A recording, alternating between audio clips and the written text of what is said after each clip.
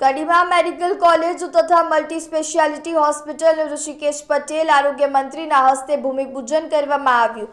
કડી તાલુકામાં પહેલી મેડિકલ કોલેજની મંજૂરી મળી છે તો MBBS કોર્સની 100 બેઠકોની રાજ્ય સરકાર દ્વારા મંજૂરી આપવામાં આવી છે। આ કાર્યક્રમમાં 100 કરોડનું ભંડોળ એકત્ર થયું તો અંદાજિત 300 કરોડના ખર્ચે મલ્ટી સ્પેશિયાલિટી હોસ્પિટલ અને મેડિકલ કોલેજનું નિર્માણ થશે। 1 થી 1.5 વર્ષની અંદર બાંધકામ પૂર્ણ થવાની શક્યતાઓ છે ત્યારે કડી શહેર અને તાલુકામાં ઘરે ઘરે ફરીને અન્ય ભંડોળ એકત્રિત કરવામાં આવશે। ગુજરાતની અંદર 40 મેડિકલ કોલેજ હતી અને 7050 સીટો હતી, પરંતુ આનંદનો વિષય છે કે મહેસાણા જિલ્લાની અંદર આ ત્રીજી આપણી મેડિકલ કોલેજના હોસ્પિટલ ચાલુ થઈ રહી છે।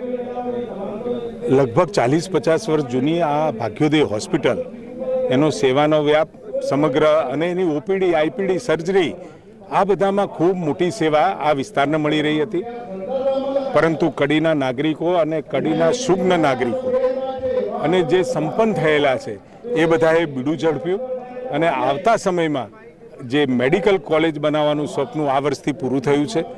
અહીંયા આગળ આ વર્ષે પણ વિદ્યાર્થીઓ મળી ગયા છે અને જે ભૂમિદાન જે લોકોએ કર્યું છે અત્યારે વ્યવસ્થાઓ તો ચાલુ જ થઈ છે, પરંતુ અહીંયા નવીન મકાનોનું ખાતમુહૂર્તનો આજનો કાર્યક્રમ હતો। આદરણીય નીતિનભાઈના સમયમાં PMJY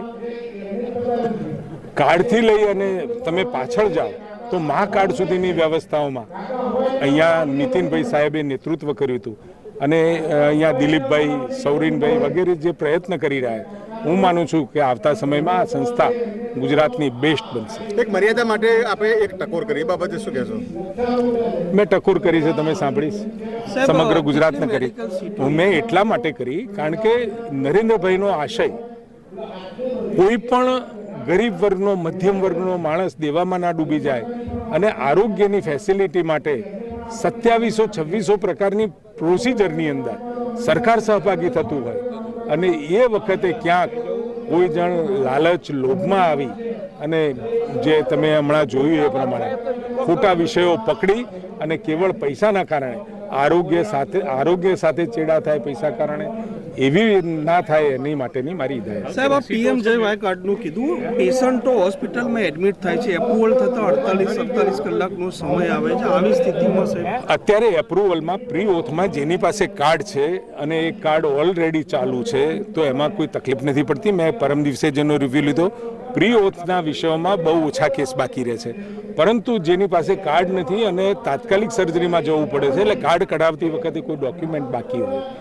અથવા તો હોસ્પિટલ દ્વારા કોઈ કાગળ આપવામાં લેટ થતું હોય તો એમાં મુશ્કેલી પડી રહી છે, પરંતુ ખાતરી આપું છું કે જે નવી ટીમ આપણી નક્કી થઈ છે એ ટીમ સાથે પણ માણસો વધારી અને આ ઝડપથી પ્રક્રિયા થાય અને ઇમરજન્સી એ ટોપ પ્રાયોરિટીમાં એને મળતી જાય। પ્લાન્ટ સર્જરીમાં લેટ થશે તો ચાલશે, પરંતુ ઇમરજન્સી સર્જરીમાં ક્યાંય લેટ ના થાય એની ચિંતા આપણે કરી રહ્યા છીએ। મેડિકલ સીટો છે અને રાજ્યમાં અત્યારે 7150 સીટો આપણી પાસે છે।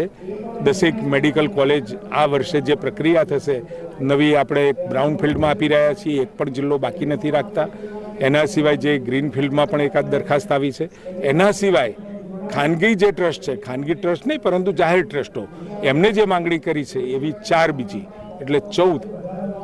દરેક દવાખાનામાં MBBS ડોક્ટરની આપણે વાત કરી આપણે। હા, એ એટલા માટે કહ્યું કારણ કે હવે જે રીતે ડોક્ટરો આપણને મળતા થયા છે આ બહુ લાંબી પ્રક્રિયા છે।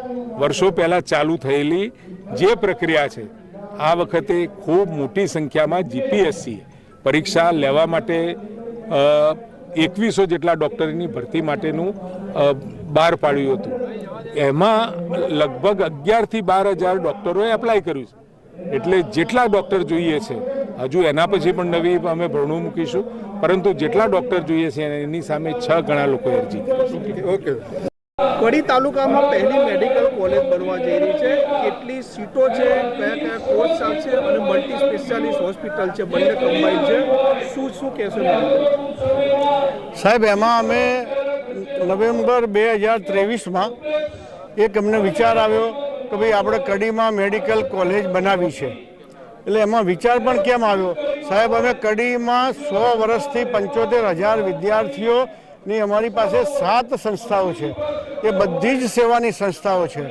એટલે દરેક સંસ્થાની વાત એવી જ હતી કે ભાઈ મેડિકલ કોલેજ આપણે એક બાકી રહે છે, તો એના માટે અમે એક બીડું ઝડપ્યું અને નવેમ્બર 2023માં 6 દિવસમાં બધી જ પરમિશનો લઈને કેન્દ્રમાં આપણે અરજી કરીને અને એક જ વર્ષમાં નવેમ્બર 23 અને નવેમ્બર 24માં 100 વિદ્યાર્થીઓ આપણા ત્યાં આવી ગયા અને એક બીજા ભવનમાં 100 વિદ્યાર્થીઓ આપણા ત્યાં ભણવાનું ચાલુ થઈ ગયું. બીજી અમે કદાચ એકાદ વર્ષ પછી બીજી 50 સીટો અમે માગીશું. એકાદ વર્ષ પછી બીજી પીજીની પણ સીટો અમે માગીએ છીએ. આ ભવન જે બનાવી રહ્યા છીએ એ અમે 1.5 વર્ષમાં પૂરું કરીશું અને લગભગ 300 કરોડના ખર્ચે આ ભવન બની રહ્યું છે અને 150 સીટનું જ આપણે આ ભવન બનાવીએ છીએ. MBBS થશે કે એ સિવાય પોસ્ટ ગ્રેજ્યુએશનની પણ કોઈ મંજૂરી છે? હા, પોસ્ટ ગ્રેજ્યુએટ પણ અમે માગીશું, કેમ કે આપણી 40 વર્ષથી જે મલ્ટી સ્પેશિયાલિટી ભાગ્યોદય હોસ્પિટલ છે એ એટલી આપણે સરસ બનાવી છે, એટલે એના આધારે આપણને આજે ગમે તે કોઈ ફેકલ્ટી આવે તો પણ આપણી હોસ્પિટલ જોઈને એટલી બધી ખુશ થાય છે કે ભાઈ આ તમારું જે હોસ્પિટલ અને પછીનું જે આ મેડિકલ કોલેજનું સ્વપ્ન એટલું બધું સરસ થશે અને એટલું એજ્યુકેશનમાં પણ આપણે આગળ રહીશું કે બધાની સરસ રીતે આપણે સેવા કરી શકીએ. આ હોસ્પિટલ જે બનવા જઈ રહી છે તો અન્ય ખાનગી હોસ્પિટલ જેમ હશે કે પછી જે આવનાર હશે એમને રાહત દરે લાભ રહેશે? હા, હવે મેડિકલ કોલેજ થશે. અમારે 2-1 વર્ષ થોડી તકલીફ છે, 300 કરોડ રૂપિયાનું મોટું ખર્ચ છે, પણ પછી અમારી મેડિકલ કોલેજ દ્વારા અને આપણી હોસ્પિટલ દ્વારા અને કડી આ આખીએ સાહેબ આ આખું જે 300 કરોડનો પ્રોજેક્ટ છે એ આખું એક કડી તાલુકો બનાવે છે સાહેબ. કડી તાલુકામાં લગભગ આશરે 40,000 ઘર હશે, તો અમે ઘરે ઘરે જવાના છીએ. એમાં કોઈના 100 રૂપિયા હશે તો પણ લઈશું, 1 કરોડ રૂપિયા હશે તો પણ લઈશું, 21 કરોડ આપશે તો પણ લઈશું.